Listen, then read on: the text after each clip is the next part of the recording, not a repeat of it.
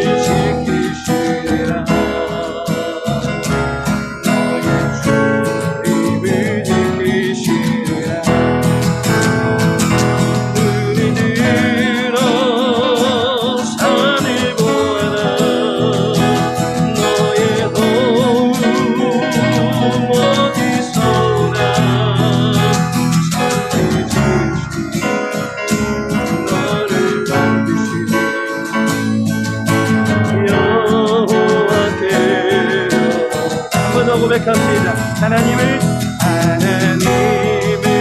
너를 지키시니 너의 길을 대신 낮의 해와 밤에 다하여 너를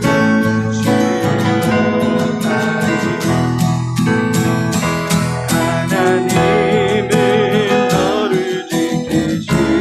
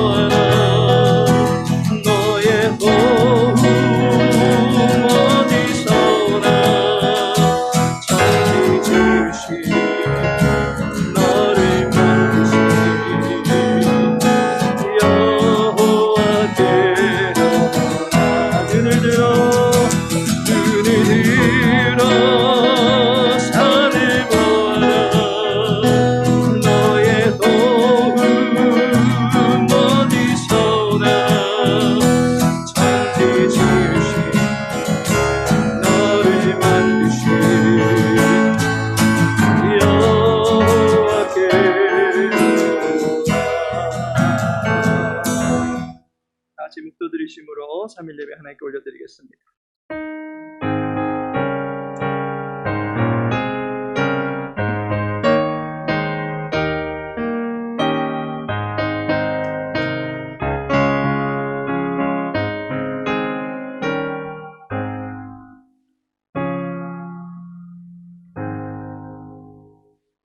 여호와 하나님, 이 저녁에도 주님의 이름을 부르며 주님 안에 거하기를 소망합니다. 우리를 주님의 은혜의 품에 품어주시옵시고 하나님을 깊이 만날 수 있는 복된 시간 될 수 있도록 도와주옵소서. 주의 음성을 듣는 가운데 우리의 삶의 모든 질고들과 어려움들이 해결되어지게 하시고 그 모든 일들을 베풀어 주신 하나님을 더욱더 기뻐할 수 있는 복된 백성들 될 수 있도록 은혜 베풀어 주시옵소서. 모든 시간 주님께 의탁하며 예수님의 이름으로 기도합니다. 아멘. 찬송가 435장 찬양하시고 우리를 대표해서 이순혜 권사님 기도하시겠습니다.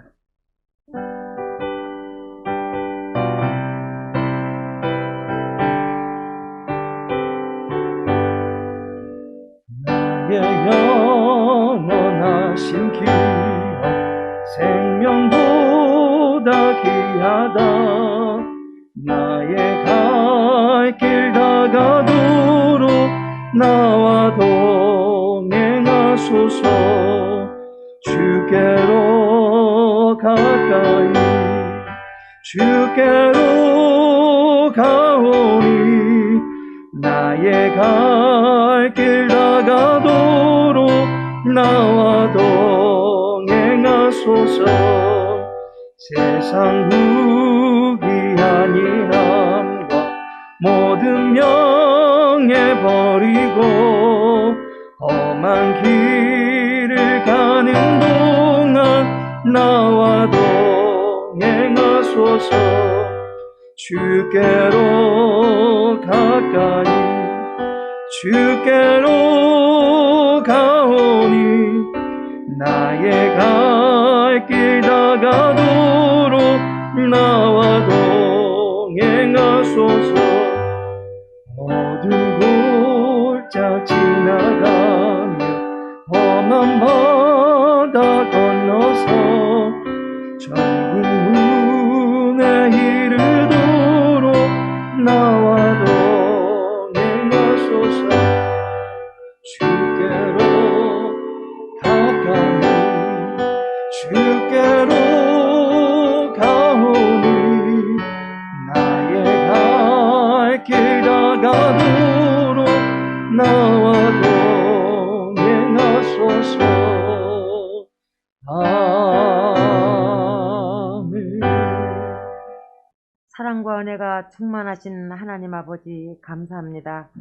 우리를 하나님의 은혜 가운데 지켜주시어 오늘 3일 전에 하나님 전에 나와 신령과 진정과 감사함으로 수요 예배를 드리게 하신 진실로 감사드립니다. 하나님 아버지께서는 저희들의 적은 믿음을 항상 의롭게 여기시어 큰 믿음을 부어주시고 날마다 새 몸과 새 마음으로 우리의 삶을 은혜 가운데로 인도하여 주심도 진실 감사드립니다. 우리 광명 창석교회 성도님들은 어떠한 환경에든지 항상 하나님께 예배드림으로 살아계신 하나님의 임재하심을 바라고 또 믿고 하나님과 동행하는 삶이 되게 우리를 인도하여 주시옵소서. 언제나 우리를 사랑으로 안으시는 하나님 아버지, 저희들은 하나님의 형상으로 만들어 주시고 저희들을 주님의 자녀로 삼아 주시어서 하나님의 성품을 닮아 이웃에게 사랑을 전하며 세상의 본이 되는 참 성도가 되게 하여 주시옵소서.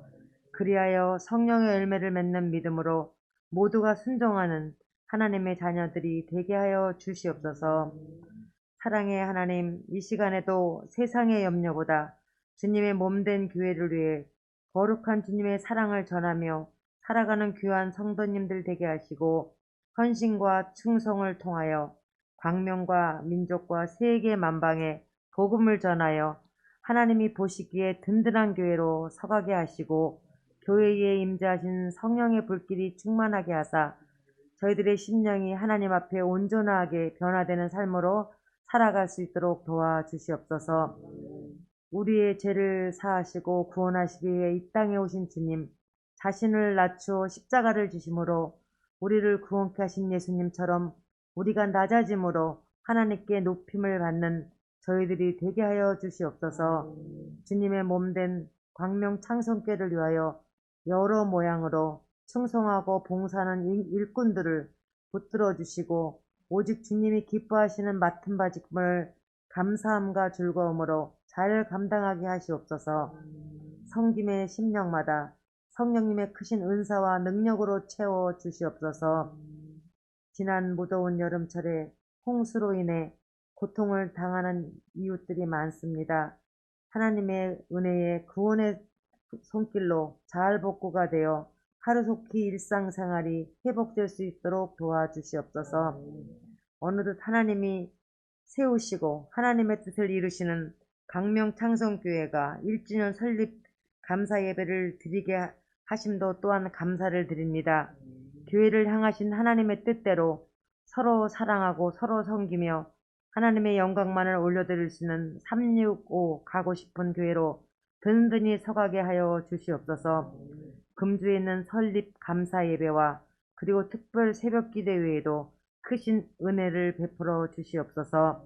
9월 16일부터 시작되는 금요 예배를 통하여 우리 모두가 기도로 준비하고 있사오니 하나님의 크신 은혜와 성령의 충만함이 있게 인도하여 주시옵소서. 교회 각 기관 외에도 함께 하사 부흥케 하시고 다음 세대를 위해 교회 학교에도 함께 하시어 크게 부흥할 수 있도록 인도하여 주시옵소서. 믿는 자에게 구할 것은 충성이라고 하셨사오니 교회를 위해 열심으로 충성 봉사케 하여 주시옵소서.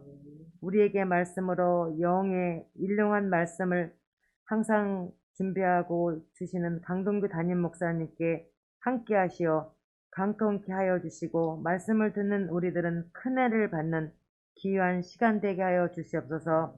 우리의 모든 기도에 귀 기울여 주신 하나님께 누림과 드림의 행복을 전하는 광명청생교회 함께 하시길 간절히 원하며 길이요 진리요 생명 되신 예수님의 이름으로 기도합니다. 아멘. 이 시간 함께 나눌 말씀은 창세기 12장입니다. 창세기 12장 1절에서 3절까지의 말씀입니다.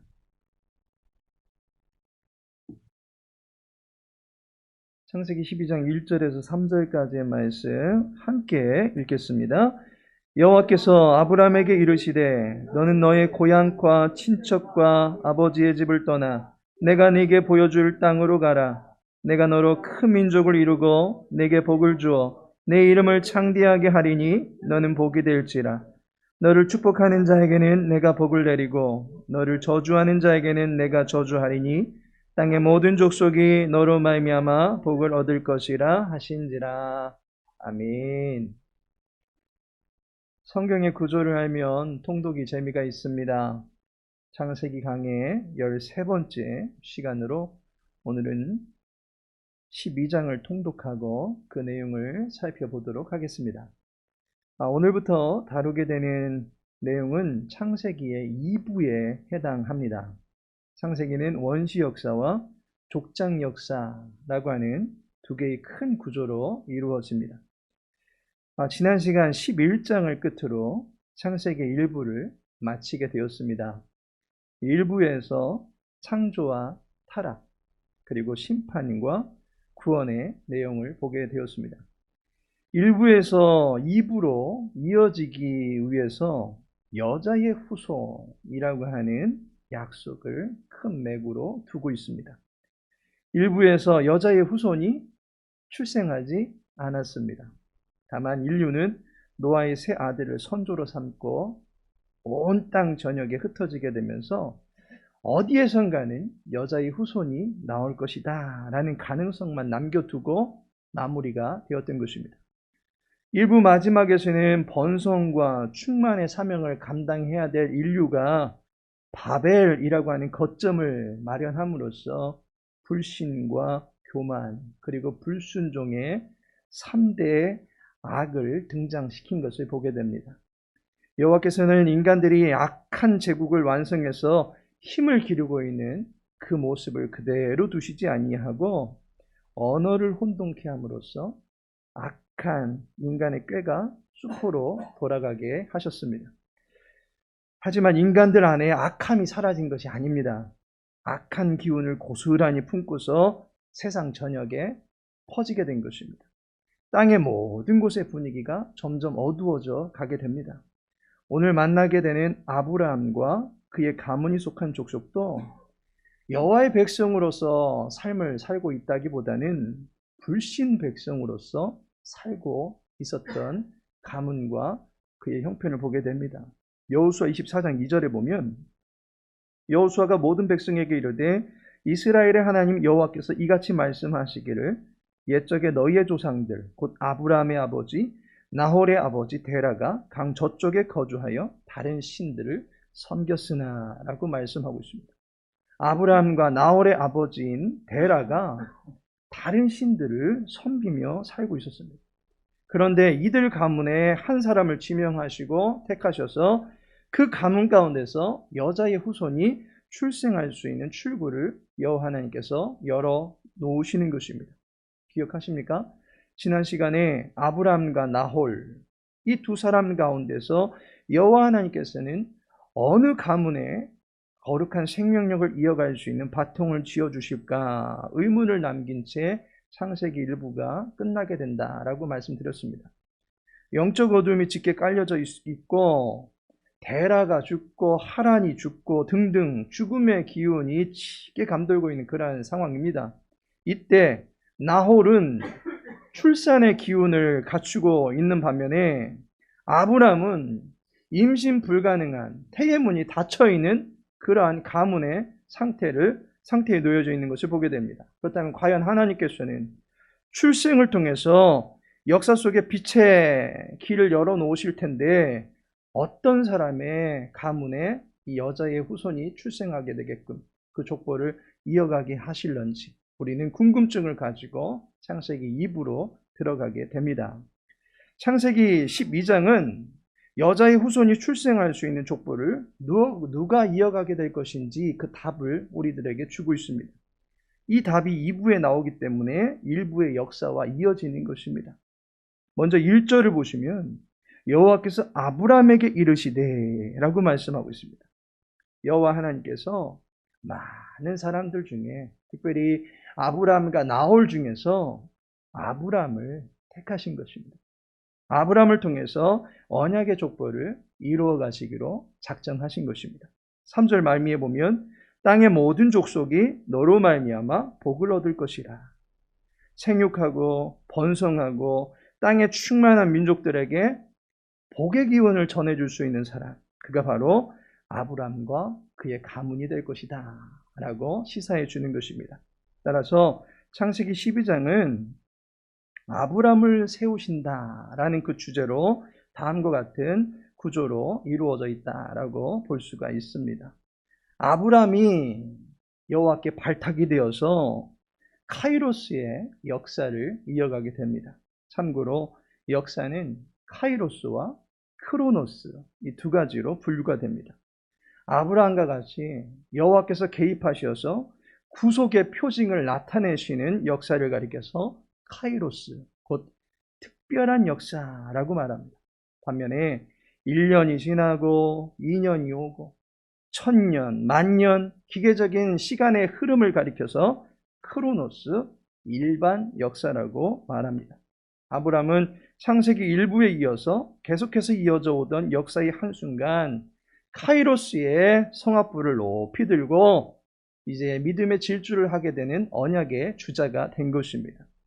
여호와께 선택된 아브람을 두고 참으로 그는 대단한 존재이지 않을까 생각이 들 수도 있을 것입니다.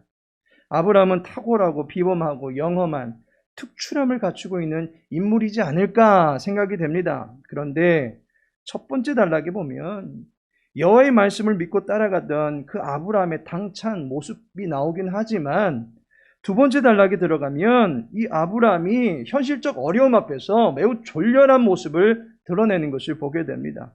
치사해 보이고 야비해 보일 정도의 그런 모습을 드러내는 것을 잠시 후에 읽고 난 후에 살펴보겠습니다. 믿음은 우리의 인생을 새 출발을 할 수 있도록 돕겠지만 그 믿음을 갖춘 그 순간 우리가 완벽한 인간이 되는 것이 아닙니다. 점진적인 믿음의 선한 싸움을 해나가면서 우리는 다져져 나간다라고 하는 것을 이해해야만 할 것입니다. 결과적으로 여호와께서는 아브라함이 특별해서 그를 택하신 것이 아니라 그를 특별한 사람으로 만들기 위해서 택하신 것입니다.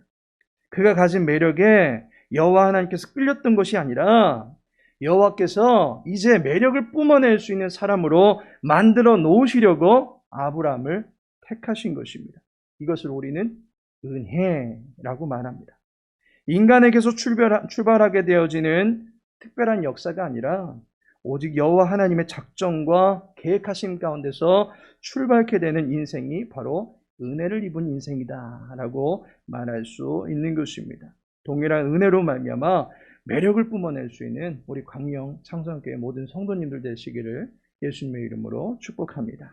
그러면 이제 창세기 12장을 읽어보겠습니다. 아브라함의 모습을 한번 보시는 중에 어떤 모습은 내게 도전이 되고 어떤 모습은 좀 아쉽다라고 하는 것들 한번 발견해 보시기를 바라겠습니다. 창세기 12장을 펴시고 함께 1절부터 읽어가도록 하겠습니다. 여호와께서 아브라함에게 이르시되 너는 너의 고향과 친척과 아버지의 집을 떠나 내가 네게 보여줄 땅으로 가라. 내가 너로 큰 민족을 이루고 네게 복을 주어 내 이름을 창대하게 하리니 너는 복이 될지라.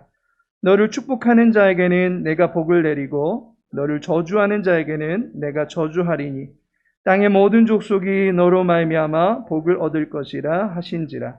이 아브라함이 여호와의 말씀을 따라갔고 롯도 그와 함께 갔으며 아브라함이 하란을 떠날 때에 75세였더라.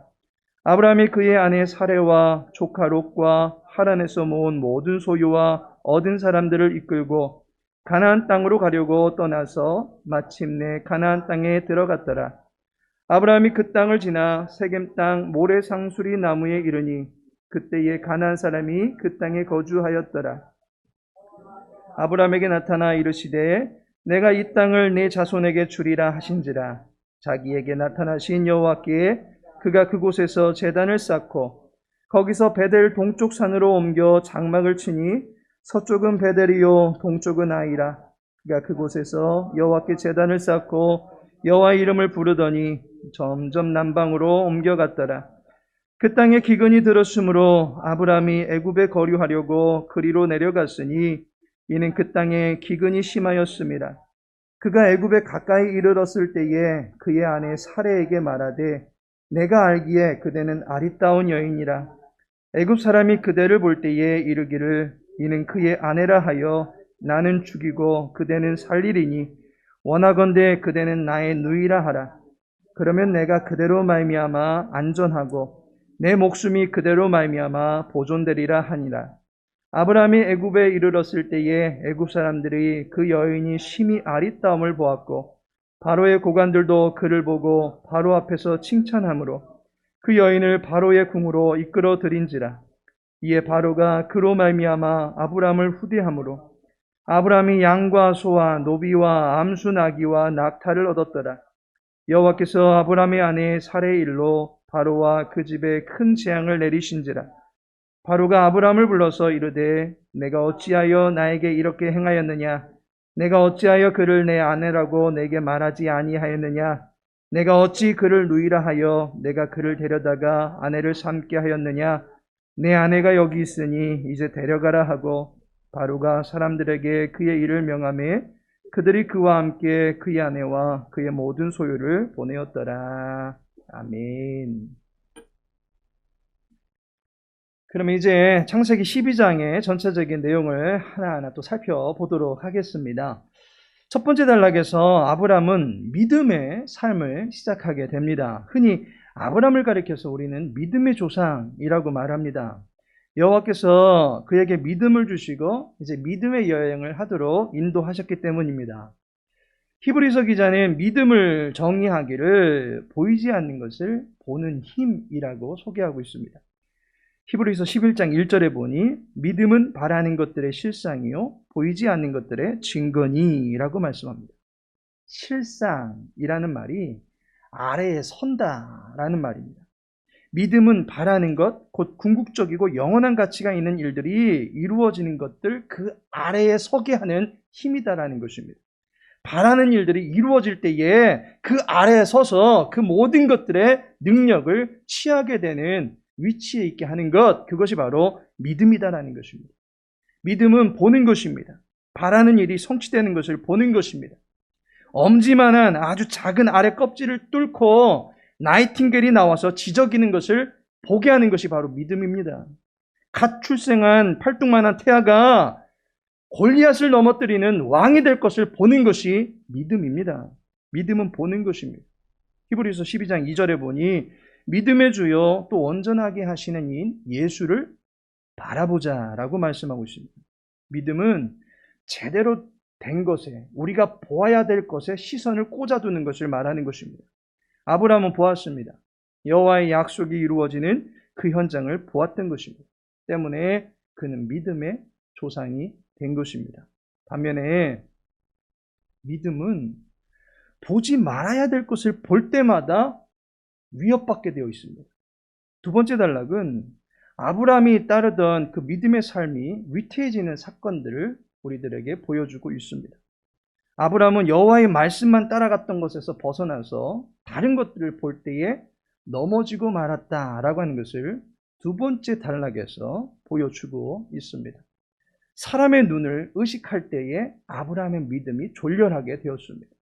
다른 지역의 문화와 살벌한 분위기만을 볼 때에 그는 믿음으로 승리하는 삶을 살지 못했던 것을 보게 됩니다. 결국에는 세상 앞에서 부끄러움을 당하는 아브라함의 모습을 우리는 보게 됩니다. 창세기 12장은 이처럼 아브라함이 무엇을 보느냐에 따라서 첫 번째 단락과 두 번째 단락으로 나눠지게 됩니다. 첫 번째 단락에서는 아브라함은 하나님의 손을 봅니다. 두 번째 단락에서는 아브라함은 주변 환경과 사람들의 눈을 의식하는 것을 보게 됩니다. 그렇다면 이제 각 단락을 한번 세부적으로 살펴보도록 하겠습니다. 먼저 첫 번째 단락, 이곳에서는 아브라함이 여호와의 손을 보게 됩니다. 1절을 보시면 여호와께서 아브라함에게 이르시되 너는 너의 고향과 친척과 아버지의 집을 떠나 내가 내게 보여줄 땅으로 가라 라고 말씀하고 있습니다. 보여줄 땅으로 가라 라고 말씀하고 있습니다. 거기로 가라 라고 말씀하신 것이 아닙니다. 보여준 땅이 아닙니다. 보여줄 땅이라고 말하고 있습니다. 그래서 가라는 것입니다. 예전 성경에 보면 지시할 땅이라고 말하고 있습니다. 그냥 방향만 가르쳐 놓은 상태다라고 하는 것입니다. 아브라함은 보지 못한 땅을 보고 있는 것처럼 여기고 나아가야만 했던 것입니다. 지시하시는 하나님의 손끝만 보면서 그 방향으로만 나아가야만 했던 것입니다. 그런데 그냥 가는 것이 아닙니다.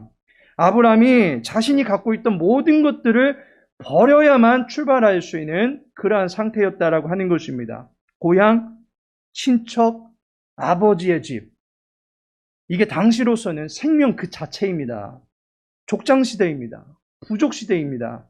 이러한 시대 속에서 홀로 따로 떨어진다라고 하는 것은 마치 하이에나 떼들이 있는 곳에 사자 한 마리만 덩그러니 떨어져 있는 것과 똑같은 그러한 모습입니다. 사자일지라도 하이에나 떼들에 둘러싸이게 되면 위험해지는 것입니다.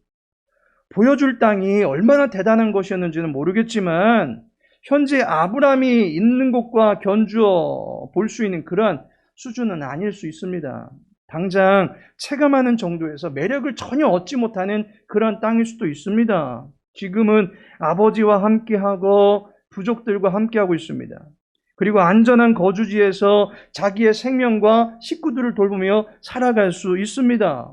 더욱이 아브라함이 부름받을 때에 그때의 나이가 어떠합니까?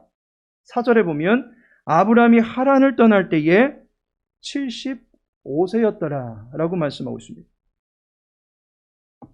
노아 홍수 후부터 사람들의 그 수명이 단축이 됩니다. 아브라함이 175세에 그 인생을 마감하게 됩니다.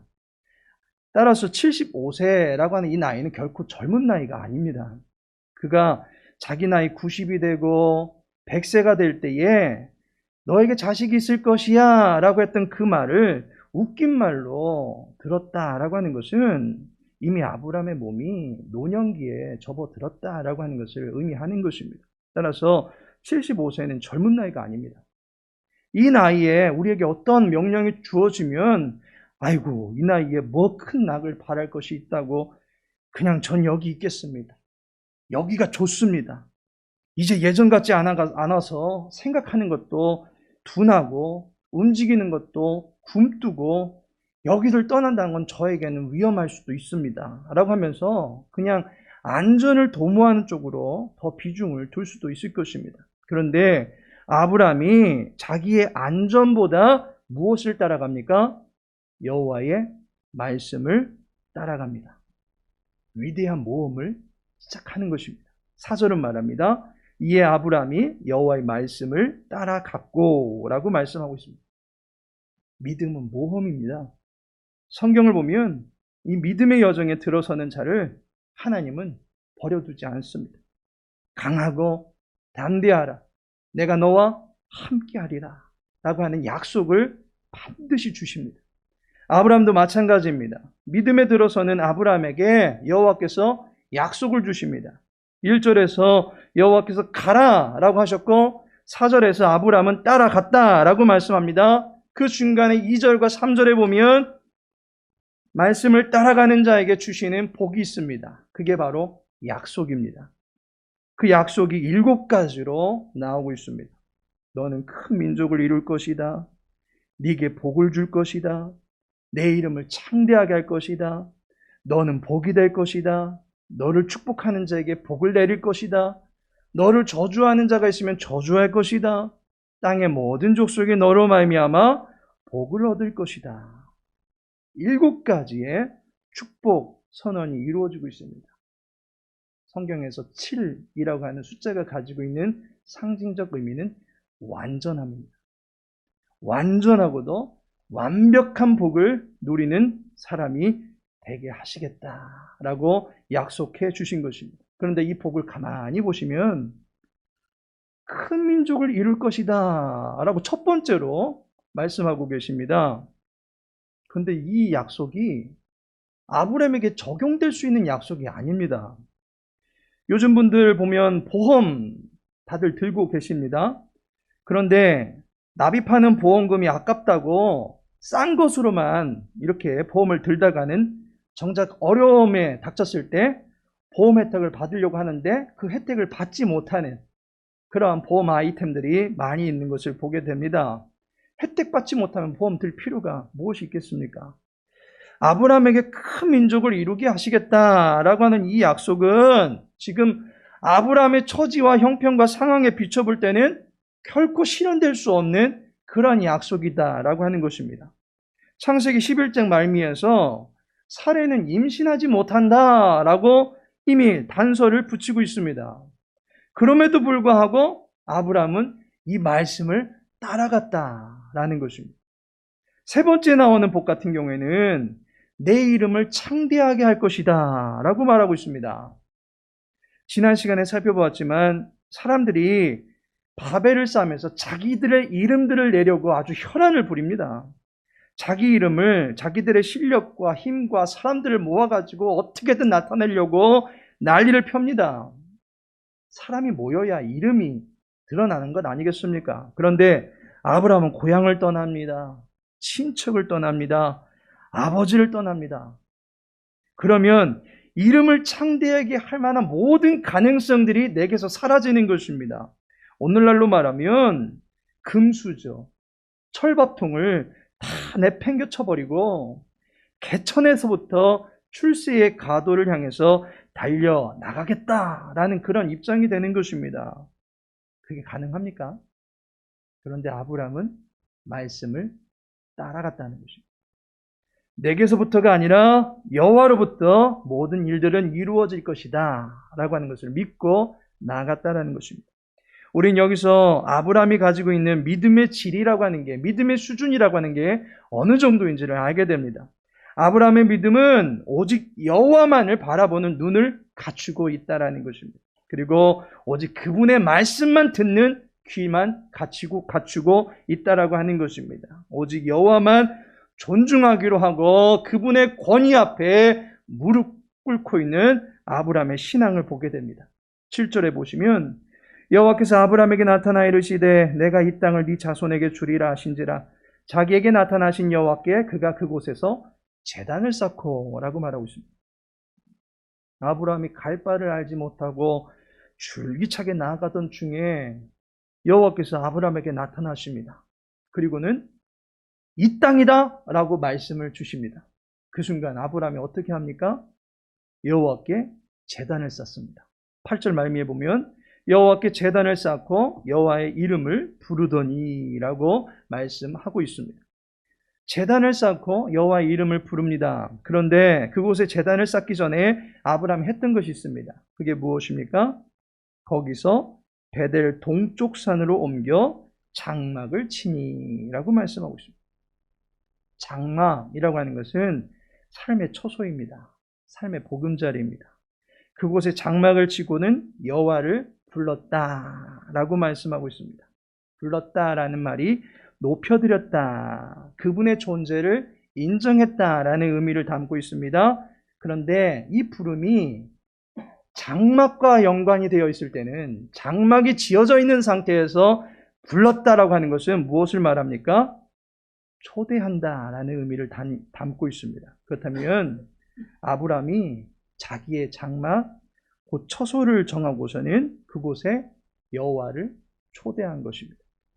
여호와의 임재를 예비한 것입니다. 그러면 그것이 무엇이 되는 것입니까? 교회가 되는 것입니다.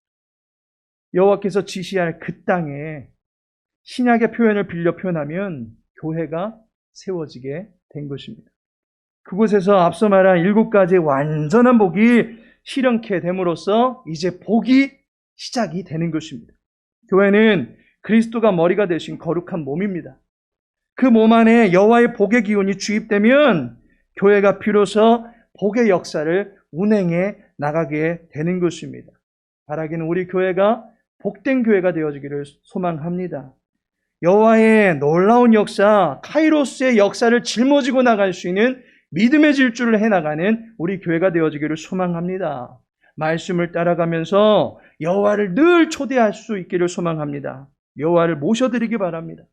가나안 땅이 여호와와 아브라함이 동행하게 되는 또 다른 에덴이 되어진 것입니다. 이곳에서 생명의 역사는 다시금 시작되어지는 것입니다. 어둠이 짙게 깔려져 있는 세상 모든 도처 속에 이제 빛의 등불을 세워두시고 이곳에서부터 복이 흘러 넘치게 하겠다라고 여호와 하나님께서 아브라함의 인생을 통해서 역사하고 계시는 것입니다. 마찬가지로 교회를 통해서 생명의 역사는 시작되는 것입니다.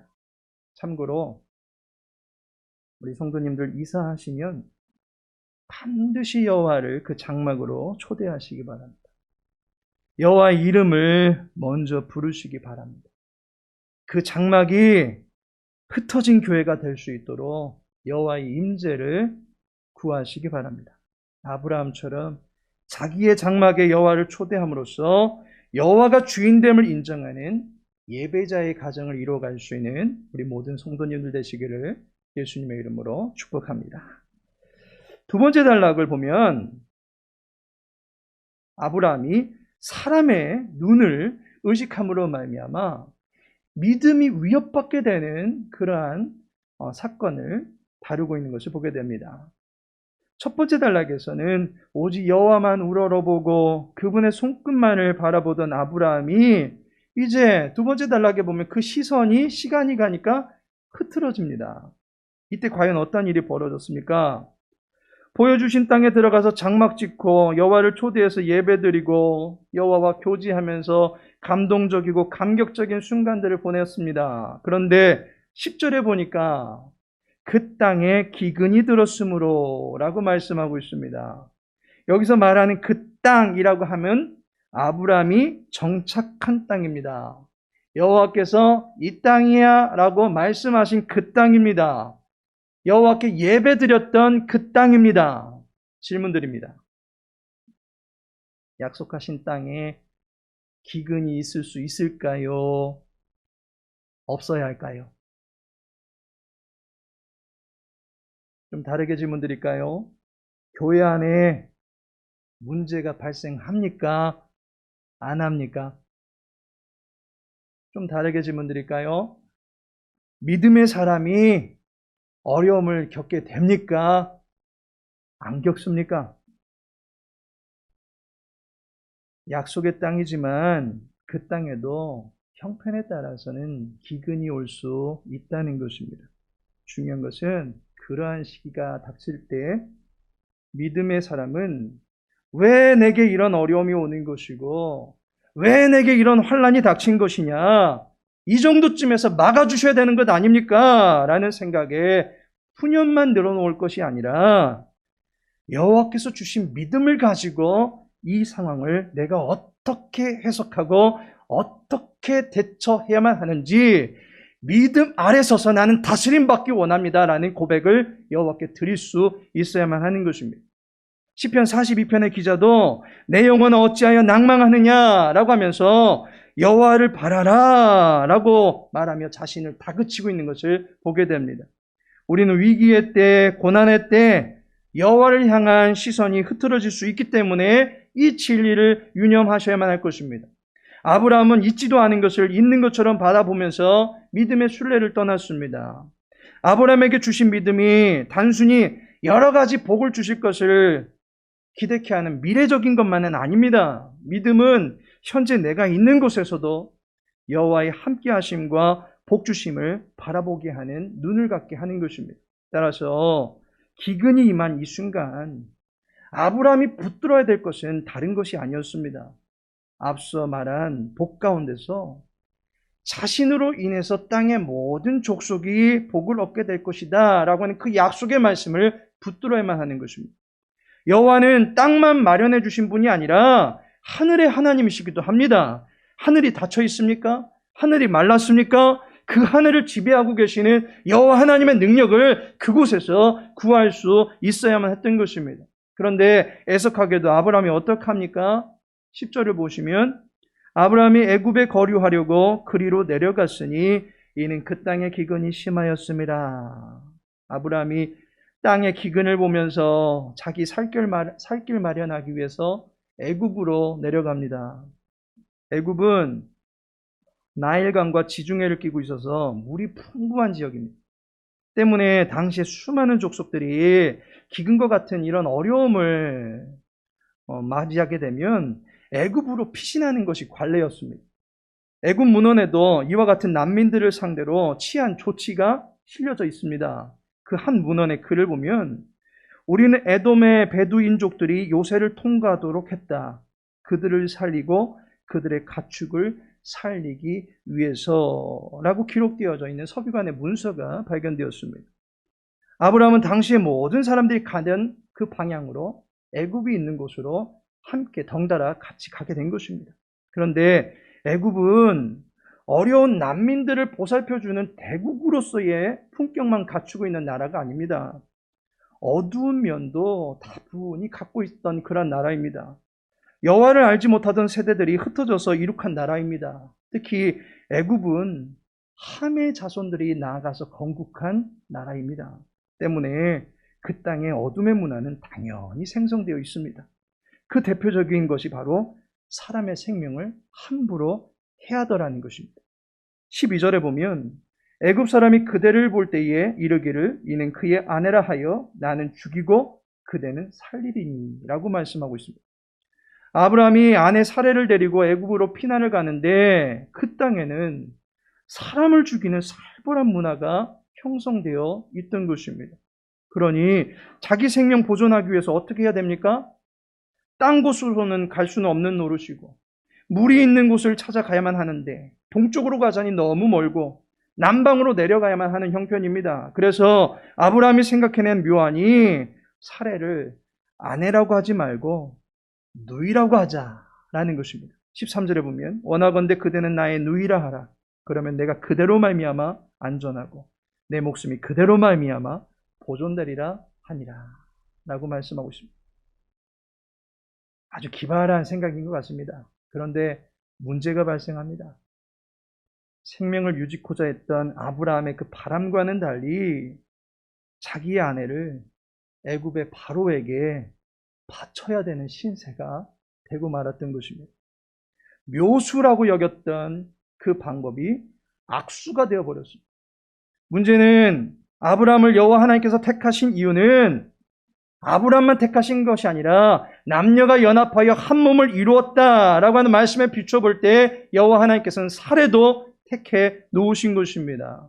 사례를 통해서 언약의 후손을 이어가시기 위해서 여호와 하나님께서는 그 가문을 택하신 것입니다. 그런데 그 여인이 이방의 왕과 혼인을 하게 되면 아브라함의 족보와는 상관없는 그런 여인이 돼버리고 마는 것입니다. 그러니 여호와 하나님께서 이 사태를 어떻게 하시겠습니까? 17절을 보니까 여호와께서 아브라함의 아내 사레의 일로 바로와 그 집에 큰 재앙을 내리신지라 라고 말씀하고 있습니다. 여호와께서 바로를 치셨다는 것입니다. 재앙이라고 하는 것은 병을 의미합니다. 바로를 비롯해서 그의 가문에 걷잡을 수 없는 병이 발병케 하셨다라는 것입니다. 바로는 사실상 아브라함 때문에 원치 않는 죄의 길에 들어서고 만 것입니다. 우리가 죄라고 하면 두 가지가 이루어질 때 죄가 발생하는 것을 보게 됩니다. 첫 번째가 무시할 때 죄가 발생합니다. 말씀이 명하고 있음에도 불구하고 그것을 무시하면 죄입니다. 예를 들어서 음주운전, 법적으로 살인행위에 준하는 불법입니다. 그런데도 조금만 가면 된다라고 하면서 운전대를 잡습니다. 알고도 무시하는 행위입니다. 그러면 죄가 되는 것입니다. 두 번째, 무지할 때도 죄가 되는 것입니다. 몰라서 범하는 것도 죄입니다. 우리나라와 일본은 교통 진행 방향이 반대입니다. 우측 통행 그리고 좌측 통행 이 차이가 있습니다. 이것을 모르면 우리나라에서 운전하듯이 일본 도로로 나갔다가는 큰 사고를 낼 수밖에 없습니다. 몰라서 그랬다 할지라도 그는 법을 어긴 것입니다. 음주, 마약으로 심신미약 상태에서 범죄를 저질렀습니다. 몰라서 저지른 죄라고 봐주려고 하지만 성경은 분명히 죄라고 이야기합니다. 예수님을 모르면 죄입니다. 바로는 알지 못했던 죄를 지었던 것입니다. 다행스러운 것은 그는 자신의 잘못을 알고 바로 돌이킬 줄 알았다라는 것입니다. 죄에서 돌이킬 때 큰 화를 면할 수 있게 되었습니다. 여호와 하나님께서는 언약의 후손의 순수성을 지키기 위해서 아브라함의 그런 졸렬함에도 불구하고 그 가정의 방패가 되어주신 것입니다. 바로는 죄를 지어서 깨닫게 되었고 동시에 아브라함도 자신의 잘못을 이방 왕의 음성을 통해서 절실히 깨닫게 됩니다. 뼈저리게 깨닫게 됩니다. 18절에서 19절에 보시면 바로가 아브라함을 불러다가 어찌라는 말을 3번이나 합니다. 3번이라고 하는 것은 엄한 질책입니다. 창세기 3장 13절에 보시면 여호와 하나님이 여자에게 이르시되 네가 어찌하여 이렇게 하였느냐라고 말씀하고 있습니다. 창세기 4장 6절에도 보면 여호와께서 가인에게 이르시되 네가 분하여 함은 어찌됨이며 안색이 변함은 어찌됨이냐라고 말씀하고 있습니다. 어찌라고 하는 것은 아주 강한 질책성의 발언입니다. 아브라함은 이 질책을 여호와로부터가 아니라 바로 곧 그 나라의 왕에게서 듣게 된 것입니다. 여호와를 대신하는 왕이 아브라함을 질책하고 있는 것입니다. 아브라함이 이 사건을 경험하고 나서 많은 것을 깨닫게 되었을 것입니다. 자기 딴에는 묘수다라고 여겼는데 악수가 되었고 결국에는 꼼수가 되어서 혼이 나게 되었으니 얼마나 많은 부끄러움이 그에게 밀려왔겠습니까?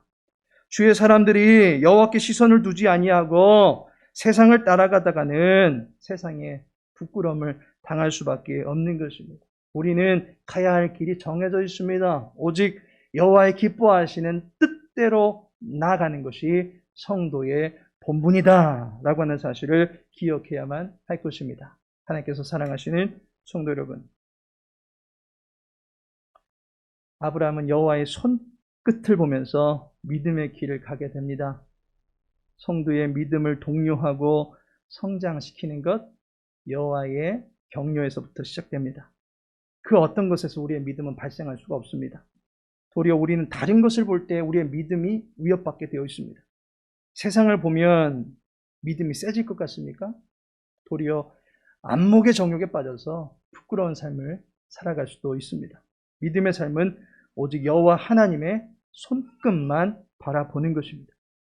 여호와의 음성만 듣는 것입니다. 세상의 가치를 바라보고 세상의 풍속을 덩달아 쫓아가다가는 우리의 믿음은 변질될 수밖에 없습니다.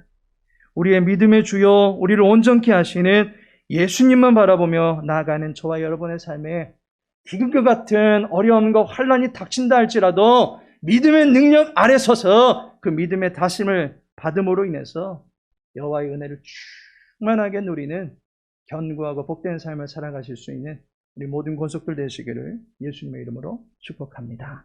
우리 이 시간에 주어진 말씀 붙들고 기도할 때 세 가지 기도 제목 드립니다. 첫 번째로는 여호와의 음성을 들을 수 있는 강한 믿음을 주옵소서 기도하시고, 두 번째로는 여호와의 이름을 부르면서 초대합니다. 우리의 가정에 임하여 주시고 우리의 교회 위에 임재하여 주시옵시고 또 우리가 구하는 모든 삶의 영역 위에 주님 능력으로 임재하여 달라고 기도하시기 바랍니다. 마지막으로 어려움이 닥칠 때에도 땅과 하늘의 모든 것을 다스리실 수 있는 능력이 여호와 하나님께 있음을 믿고 주님만을 의지하오니 어려움 중에서도 능히 승리하며 감사로 하나님을 영화롭게 드릴 수 있는 우리의 삶이 되어지게 달라고 우리 시간 함께 합심하여 기도하겠습니다. 아버지 하나님, 사랑하는 주 백성들 주님을 사랑하며 주님을 앙모하며 살아가기를 소망합니다. 하오나 하나님, 우리의 믿음이 너무나도 연약합니다. 주님, 우리를 불쌍히 여겨주시옵시고 날마다 주의 음성 듣게 하옵소서. 그 말씀을 듣는 가운데 깨닫는 민감함이 있게 해주시옵시고 분별력을 갖출 수 있도록 도와주시옵시고 모든 세상의 악함과 시험 가운데서 능히 이겨나갈 수 있는 담대한 믿음의 사람 되어줄 수 있도록 도와주시옵소서. 하나님께서 우리에게 약속하신 복을, 그 약속을 최고의 기쁨으로 여기며 살아갈 수 있도록 도와주옵소서. 우리의 시민권은 하늘에 있음을 고백합니다. 주님, 성결한 삶을 살게 해주시옵소서. 하늘의 고결한 식문을 가지고 이 땅에서 능히 승리하며 살아갈 수 있는 주의 백성들 되어줄 수 있도록 도와주시옵소서. 세상에 부끄러움이 되어지지 않게 해주시옵시고 세상의 본이 되어줄 수 있는 우리 모든 성도님들 되어줄 수 있도록 도와주옵소서. 아버지 하나님, 살아가는 중에 삶의 여러 가지 어려움들이 닥칠 때도 있습니다. 우리 육체의 문제로 인해서, 우리 가정의 여러 가지 문제들로 인해서, 사회 문제들로 인해서, 또 아버지 하나님 오부지불식간에 찾아오는 여러 가지 위기들로 인해서 우리의 마음이 상하고 우리의 모든 삶이 삐져가는 그런 가운데 있을 수도 있습니다. 하나님, 주님께서 우리에게 주신 믿음을 가지고 다시금 일어나기를 소망합니다. 내 영은 어찌 낭망하느냐. 여호와 하나님을 바라보며 다시금 일으킴 받을 수 있는 주의 백성을 되어줄 수 있도록 도와주시옵시고 모든 삶의 질곡 가운데서 우리를 능히 일으켜주시고 다시금 화요할 따르게 하시는 믿음의 등불을 가지고 하나님의 기쁨 위하여 이 어둠의 시대를 능히 밝혀나갈 수 있는 주의 백성을 다 되어줄 수 있도록 주여 도와주시옵소서. 고난 중에 일으킴 받을 수 있도록 도와주옵소서. 우리 육체 가운데 주의 돌보심이 있게 해주시옵소서. 우리 모든 형편 가운데 주의 임재하심이 있게 해주시옵소서. 하나님의 도우심과 돌보심과 그 다스림 가운데 능히 기쁨에 감사하며 살아갈 수 있도록 도와주시옵시고 예배가 우리의 삶의 능력이고 본분이 되어줄 수 있도록 주의 은혜 베풀어 주시옵소서. 아버지 하나님, 주의 손끝만을 바라보기를 원합니다. 주의 음성만을 듣기를 소망합니다. 그 음성의 정도를 따라가기를 소망합니다. 우리의 모든 갈 길을 주님께서 주관하시고 인도하여 주시옵시고 늘 하나님의 기쁨이 되어줄 수 있는 복된 백성을 되어줄 수 있도록 도와주시옵시고 우리 사랑하는 성도님들을 통해서 이 땅이 복을 받게 되어진 역사가 나타날 수 있도록 도와주시옵시고 또한 주의 교회를 통해서 이 땅을 살리시는 하나님의 놀라우신 역사가 나타날 수 있도록 주의 은혜 베풀어 주시옵소서. 아버지 하나님, 생명의 말씀을 쫓아 살아가기를 원합니다. 주의 말씀을 마음에 새기며 살아가기를 원합니다. 우리의 삶 가운데 말씀의 능력으로 임재하여 주시고 말씀으로 다스려 주시옵시고 진리 가운데 자유함을 얻을 수 있는 복된 백성을 다 될 수 있도록 도와주시옵소서. 우리의 범사 가운데 말씀이 기억나기를 소망하며 그 말씀을 따라가며 순종하는 삶을 살아갈 때에 풍성한 열매와 결실을 맺혀지는 기쁨이 있기를 소망합니다. 이 기쁨을 허락해 주신 여호와 하나님께 제단을 쌓으며 예배하며 살아갈 수 있는 주의 백성을 될 수 있도록 은혜 베풀어 주시옵소서. 모든 일이 여호와께서 주시는 은혜로 가능케 되는 줄로 믿사오니 우리의 삶에 은혜 위에 은혜를 내려주시기를 간절히 소망하며 삶의 질고와 어려움 중에도 우리들에게 베풀어 주시는 은혜로 말미암아 능히 이겨낼 수 있는 주의 백성을 다 되어줄 수 있도록 축복하여 주시옵소서. 주의 백성들을 통해서 또 주의 교회를 통해서 하나님의 살아계심과 역사하심이 증거케 되어지기를 간절히 소망하오며 예수님의 이름으로 기도합니다. 아멘. 하늘에 계신 우리 아버지여, 이름이 거룩히 여김을 받으시오며 나라 임하옵시며 뜻이 하늘에서 이룬 것 같이 땅에서도 이루어지이다. 오늘날 우리에게 일용할 양식을 주옵시고 우리가 우리에게 죄 지은 자를 사하여 준 것 같이 우리 죄를 사하여 주옵시고 우리를 시험에 들게 하지 마옵시고 다만 악에서 구하옵소서. 대개 나라와 권세와 영광이 아버지께 영원히 싸움나이다. 아멘.